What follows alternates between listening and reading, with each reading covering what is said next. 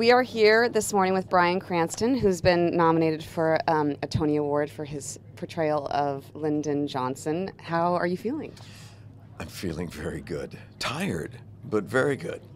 You know, this play all the way is such a challenge to perform every night. It's nearly 3 hours, and LBJ is so ferocious in it that by the time I get home, I'm just exhausted. It reminds me of when I was a young father, and you're constantly operating throughout the day with the lack of sleep because your babies are keeping you up, but you somehow manage to get through life, and that's the way it feels now. I'm just like...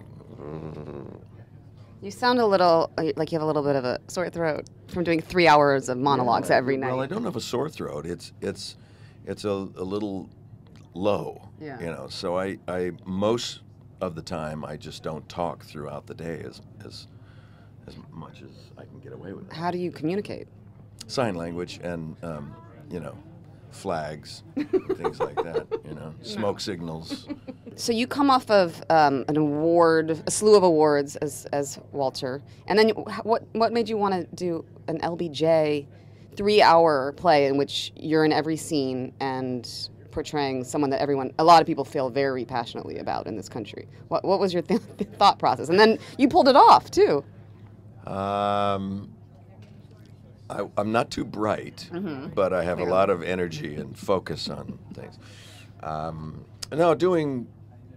had done 7 years of Malcolm in the Middle and 6 years of Breaking Bad. And so, 13 years of television was quite enough, and especially with the mushroom cloud that happened with Breaking Bad and what it became, I needed to step away and get out of the ubiquity of television, and so I can do my craft that I love to do, act in a different medium. And so this seemed like the perfect opportunity for me to challenge myself and do something that was, engaging, important, and exhausting. Robert Schenken wrote a beautiful play, and you're telling the story every night to a new audience, and the audience hasn't heard it before, and so you're revealing all these facts and figures and entertaining anecdotes and things like that to them. It's after the show, when I walk off stage and I realize that I've held my body in a very uncomfortable position for nearly 3 hours, and I've got a crick in my neck, and my throat is down there like this, and I'm exhausted, that I try to recover and then come back. Like today is a Wednesday, and I have 2 shows today. So right from here, I go over to the theater and start working. Godzilla, how's it going? We saw the trailer. It looks great. Yeah. Godzilla is, the movie itself is terrific.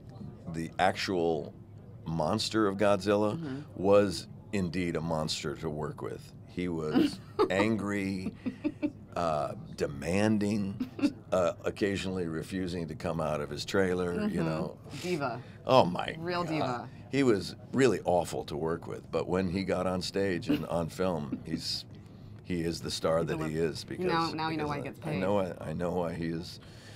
He gets monster reviews, and he loves to go to monster truck shows and things like that.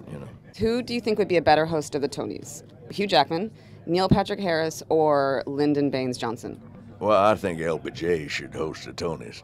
He'd say, I don't know what exactly a Tony is, but we're giving them out today, and I hope everybody's appreciative of that. All right, there's a lot of different kind of people. I've never seen people like this before. That girl in a dress looks like a man.